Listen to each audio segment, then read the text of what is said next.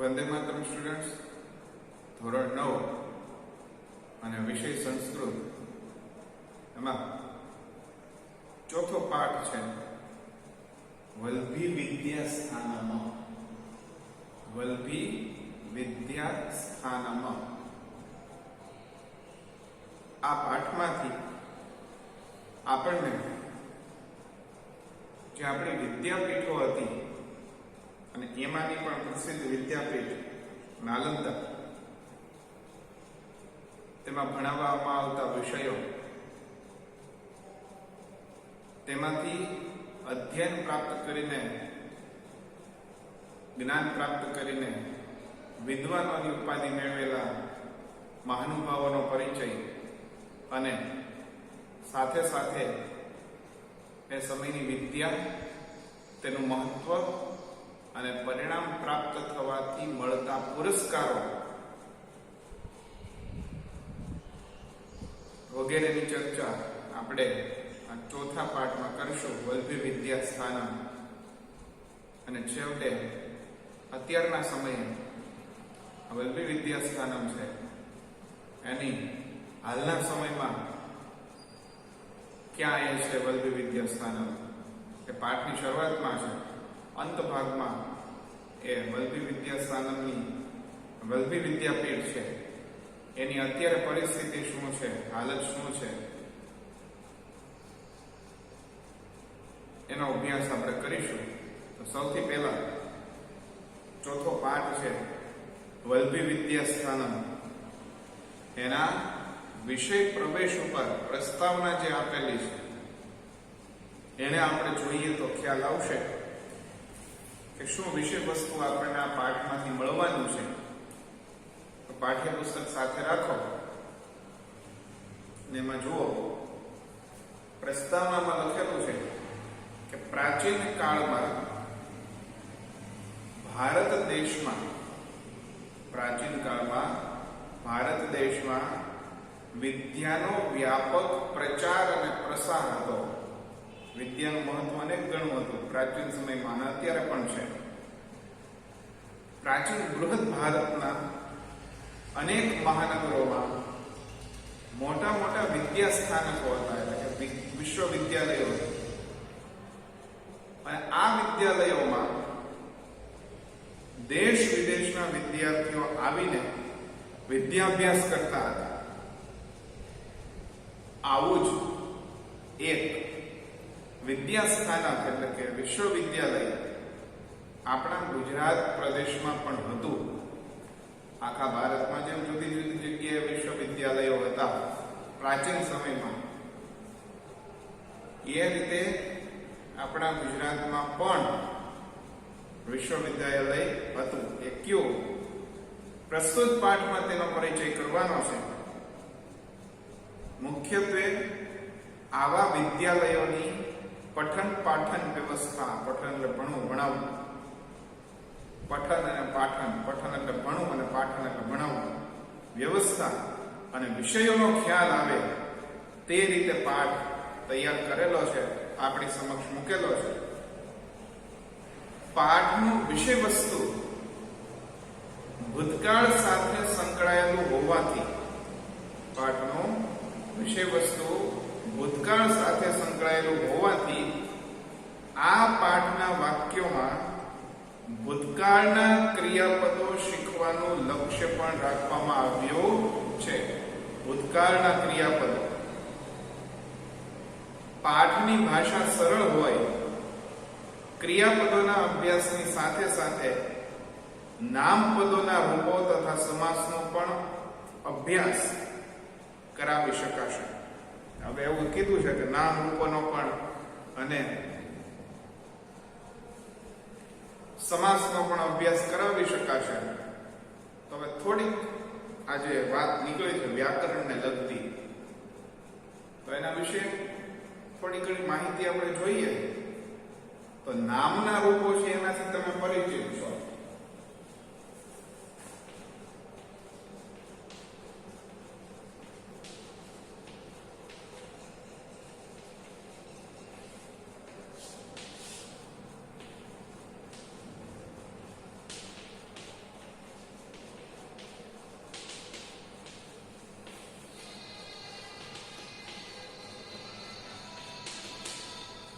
નામના રૂપાખ્યાનો ક્યાં ક્યાં થાય? તો કે જન, નદી, ધેનુ, ફળ, આ બધા, ગુરુ, હસ્ત, પાચક, એ બધા કેના રૂપાખ્યાનો થશે? તો કે નામના રૂપાખ્યાનો થશે. આનાથી તમે પરિચિત છો. ત્યાંથી આગળ તો કે ધાતુના રૂપાખ્યાનો અહીં લખેલું છે ને કે ભૂતકાળના પ્રત્યયો શીખવાનો અવસર આપણને પ્રાપ્ત થશે. જો કે વ્યાકરણનો વિભાગ આપણે ફરી વખત શરૂ કરીશું ત્યારે એનો વિગતે પરિચય હું તમને આપીશ. પણ ખાલી અત્યારે આ પાઠના સંદર્ભમાં આપણી સમક્ષ વાત રજૂ કરેલી છે વ્યાકરણને સંબંધિત, એટલા માટે એની થોડી ઘણી સમજ મેળવીએ છીએ. આ નામના રૂપાખ્યાનો છે. પછી બીજા કયા રૂપાખ્યાનો આવે? તો કે ધાતુના રૂપાખ્યાનો કાળના સંદર્ભમાં ચાલશે.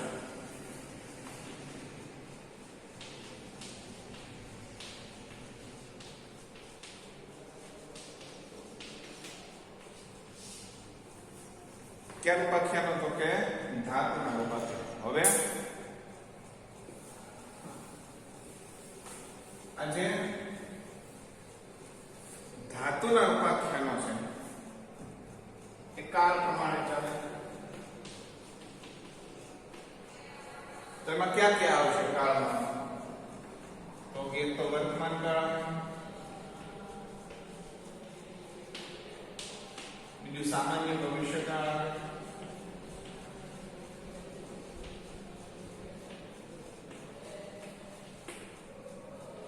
ત્રીજું યસ્તન ભૂતકાળ આવશે. યસ્તન ભૂતકાળ. ચોથું આજ્ઞા.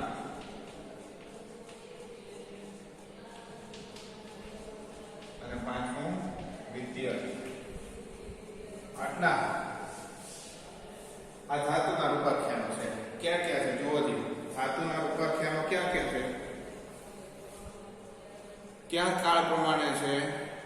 તો કે વર્તમાન કાળ, સામાન્ય ભવિષ્યકાળ, યસ્તન ભૂતકાળ, આજ્ઞાર્થ અને વિદ્યા. તો એના પ્રત્યયો જે ધાતુ પ્રમાણે, ધાતુના રૂપાખ્યાનો પ્રમાણે ચાલશે. આ જે છે ને ધાતુના રૂપાખ્યાન એ પુરુષ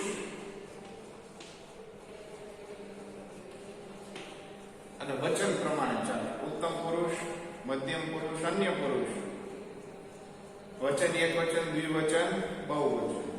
અને આ જે નામના રૂપાખ્યાનો આપેલા છે એ નામના રૂપાખ્યાનો છે એ ક્યાં પ્રમાણે ચાલશે? તો કે વિભક્તિ પ્રમાણે ચાલશે.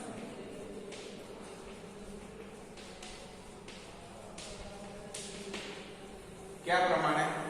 તો કે વિભક્તિ પ્રમાણે. આમાં પ્રસ્તાવનામાં આપણને બીજો એક મુદ્દાની ટકોર કરેલી છે, સમાસ. પણ સમાસનો થોડો ઘણો પરિચય મેળવીએ પહેલા વિભક્તિઓ સમજવી અગત્યની થાય. વિભક્તિઓ જે છે આપણે લખાવેલી છે. વિભક્તિઓ તમે યાદ કરો તો શું થાય? પહેલી વિભક્તિમાં કોનો સમાવેશ થાય? કઈ વિભક્તિ? પહેલી વિભક્તિ જે છે એ ક્યાં કારકની થશે? તો કે કર્તા કે પ્રથમા.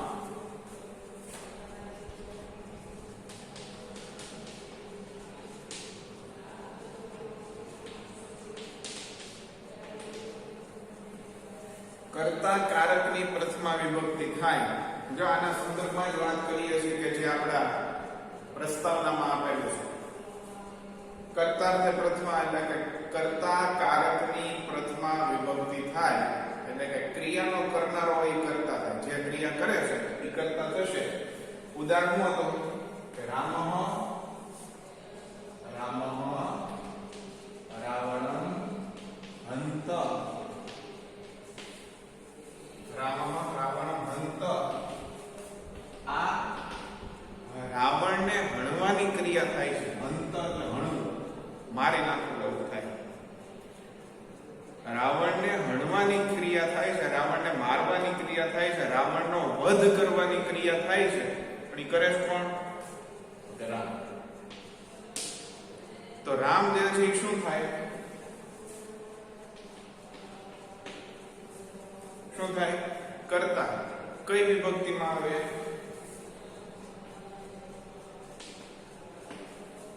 પ્રથમા વિભક્તિમાં. ખ્યાલ આવે છે? આ પ્રમાણે 1 થી 8 વિભક્તિઓ જોઈએ, થોડો ઘણો પરિચય મેળવીએ. બીજી વિભક્તિ કેની થાય યાદ કરો જી.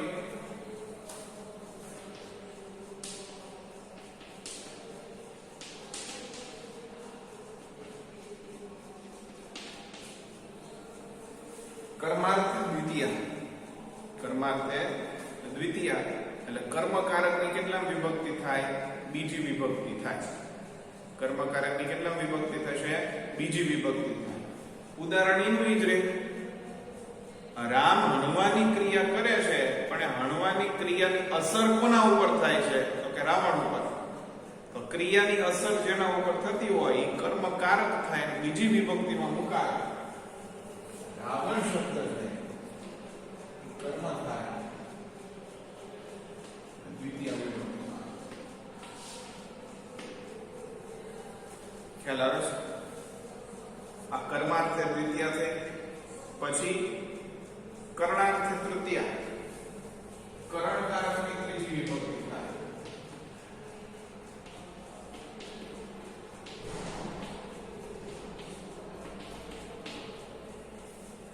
જેના વડે ક્રિયા થતી હોય, જેના વડે ક્રિયા થતી હોય તે કરણકારક થાય અને ત્રીજી વિભક્તિમાં મુકાય. ઉદાહરણ તરીકે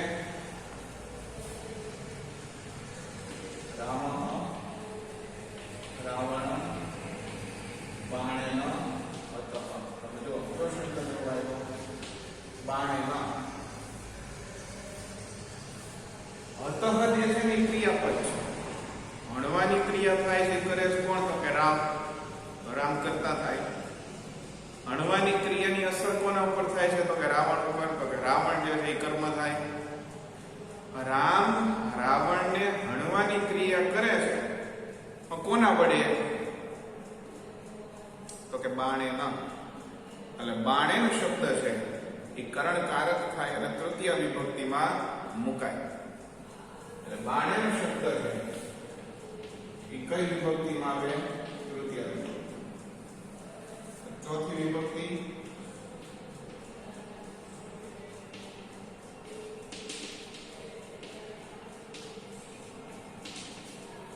સંપ્રદાન ચતુર્થી એટલે કે સંપ્રદાન કારકની ચોથી વિભક્તિ થાય છે. સંપ્રદાન કારકની ચોથી વિભક્તિ થાય છે. હવે સંપ્રદાન કારક કહેવાય કોને? તો કે જ્યાં કંઈક આપવાની કે લેવાની ક્રિયા થતી હોય, જ્યાં કંઈક આપવાની કે લેવાની ક્રિયા થતી હોય ત્યાં સંપ્રદાન કારક થાય. અને કઈ વિભક્તિમાં મૂકવામાં આવે? તો કે ચોથી વિભક્તિમાં મૂકવામાં આવે. ઉદાહરણ તો કે નૃપ વિપ્રાય દાન દદાતિ. નૃપ વિપ્રાય દાન દદાતિ. વિપ્રાય છે એ સંપ્રદાન કારક થાય. કઈ વિભક્તિમાં આવે? ચતુર્થી વિભક્તિ. જનનું કોષ્ટક તમે યાદ કરો તો કે જનાય, પાચકાય, હસ્તાય, ભૂપાય, રામાય, આ બધા શબ્દો છે, બધા નામ છે એ ચતુર્થી વિભક્તિમાં મૂકેલા છે. એટલે 1 થી 4 વિભક્તિનો પરિચય થયો. પાંચમી વિભક્તિ છે એમાં શું આવે? તો કે અપાદાને પંચમી થાય. શું થાય? અપાદાને પંચમી એટલે અપાદાન કારકની પાંચમી વિભક્તિ થાય.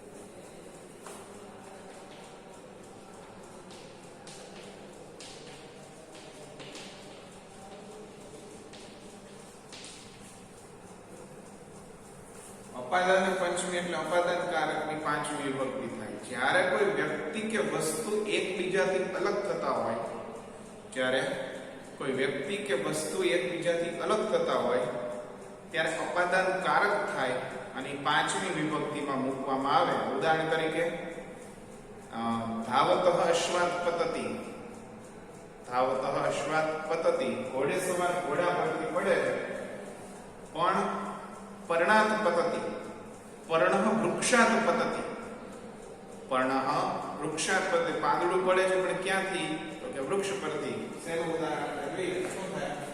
તો કે ધાવતઃ, ધાવતઃ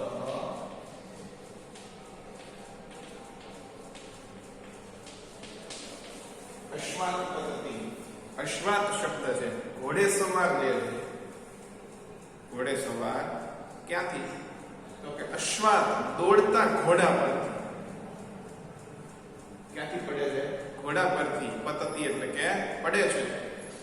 અશ્વાત શબ્દ છે એ અપાદાન કારક થાય અને પંચમી વિભક્તિમાં મુકાય. પછી સંબંધાર્થ ષષ્ઠી, સંબંધ દર્શાવતો હોય. શું દર્શાવતો હોય? સંબંધ.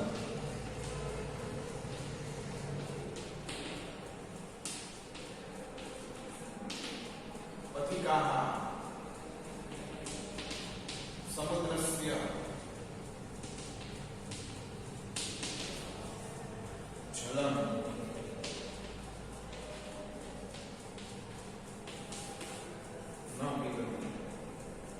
જનનું કોષ્ટક યાદ કરો તો પણ તમને આ વિભક્તિઓ બધી યાદ આવી જાય.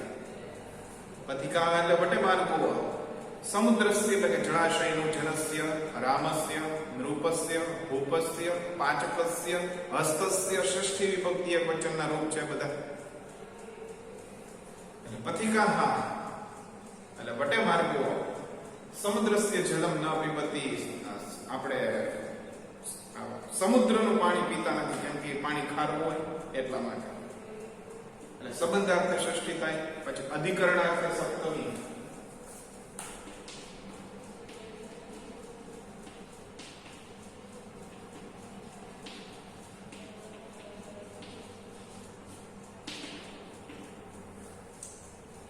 આધારો અધિકરણ ને સપ્તમી અધિકરણે ચ એ બંને સાતમી વિભક્તિ થવા માટેના પાણીની વ્યાકરણના સૂત્રો છે. એટલે આધારરૂપ રહેલી વસ્તુ છે એ અધિકરણ કારક થાય અને સાતમી વિભક્તિમાં મૂકવામાં આવે. ઉદાહરણ શું હતું? કે ચૈત્રકઃ કટે આસ્તે, ચૈત્રકઃ કટે આસ્તે, જને ગોપે હસ્તે પાચકે રામે બાલે, આ બધા જે છે સપ્તમી વિભક્તિ એક વચનના રૂપો છે. કટે, કટે એટલે સાદડી પર. ચૈત્રકનો આધાર શું છે? તો કે સાદડી છે. અને છેલ્લી અને આઠમી વિભક્તિ છે કઈ આવશે?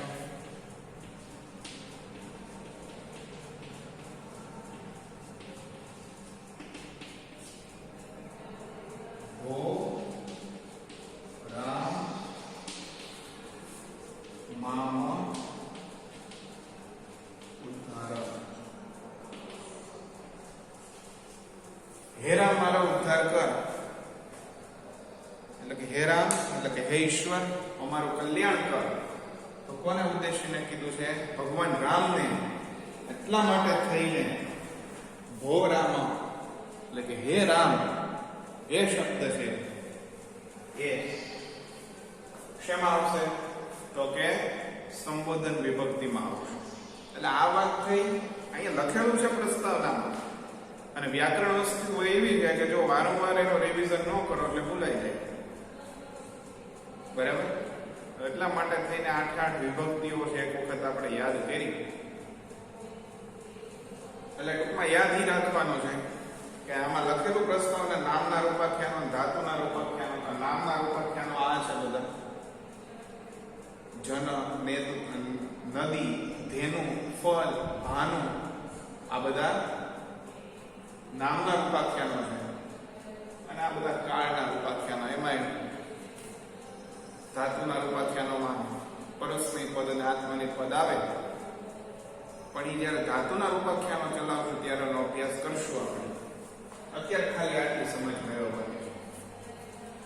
હવે આપણો જે ચોથો પાઠ છે એના તરફ આપણે આગળ વધીએ તો જે કે આગળ કથા વસ્તુ છે અને પાઠનું ભાષાંતર થઈ નેક્સ્ટ વિડીયો લેક્ચરમાં આપણે જોશું.